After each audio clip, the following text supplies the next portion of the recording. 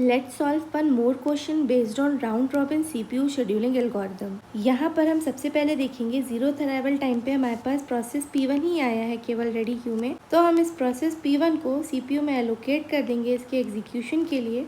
और क्योंकि time quantum हमारा 2 नैनोसेकेंड है, इसीलिए हम इसको 2 नैनोसेकेंड तक एग्जीक्यूट करवाएंगे और इसका जो रिमेनिंग बर्स्ट टाइम बचेगा वो बचेगा 1। जब प्रोसेस P1 एग्जीक्यूट हो रहा था तो हमारे पास रेडी क्यू में process P2 first arrival time पे आ चुका था और process P3 second arrival time पे आ चुका था।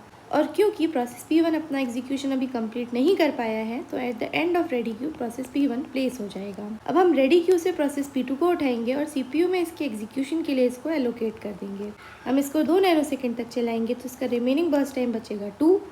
यहाँ पर जो टाइम है वो 4 हो जाएगा। और जब ये एग्जीक्यूट हो रहा था तो थर्ड अराइवल टाइम पे प्रोसेस P4 रेडी क्यू में आ चुका था। अब क्योंकि प्रोसेस P2 ने अपना एग्जीक्यूशन अभी कंप्लीट नहीं किया है, तो ये प्लेस हो जाएगा eight the end of ready Q. Ready queue से प्रोसेस P3 उठेगा सीपीयू में एलोकेशन के लिए और अब इसको हम चलाएंगे 2 नैनोसेकेंड तक, तो इसका रिमेनिंग बर्स्ट टाइम बचेगा 4, यहाँ पर हो जाएगा 6। और हम देखेंगे कि हमारा फिफ्थ अराइवल टाइम पे प्रोसेस P5 रेडी क्यू में आ चुका है। और क्योंकि प्रोसेस P3 ने अपना एग्जीक्यूशन कंप्लीट नहीं किया है, तो ये at the end of ready queue place हो जाएगा। Then we have process P1 in ready queue, तो इसका एलोकेशन होगा सीपीयू में इसके एग्जीक्यूशन के लिए। टाइम क्वांटम है 2 नैनोसेकेंड, बट इसको जो टाइम चाहिए वो चाहिए केवल 1 नैनोसेकेंड, तो हम इसको 1 नैनोसेकेंड तक चलाएंगे और अब ये टर्मिनेट हो चुका होगा। देन हमारे पास प्रोसेस P4 है रेडी क्यू, जो सीपीयू में एग्जीक्यूशन के लिए एलोकेट कर दिया जाएगा। ये 2 नैनोसेकेंड तक चलेगा, तो इसका जो रिमेनिंग बर्स्ट टाइम है वो 2 नैनोसेकेंड बचेगा और यहाँ पर हो जाएगा 9। और क्योंकि प्रोसेस P4 ने अभी अपना एग्जीक्यूशन कंप्लीट नहीं किया है, इसीलिए process P4 and of ready queue place हो जाएगा। देन यहाँ से हमारा प्रोसेस P2 आएगा, एलोकेट होगा एग्जीक्यूशन के लिए।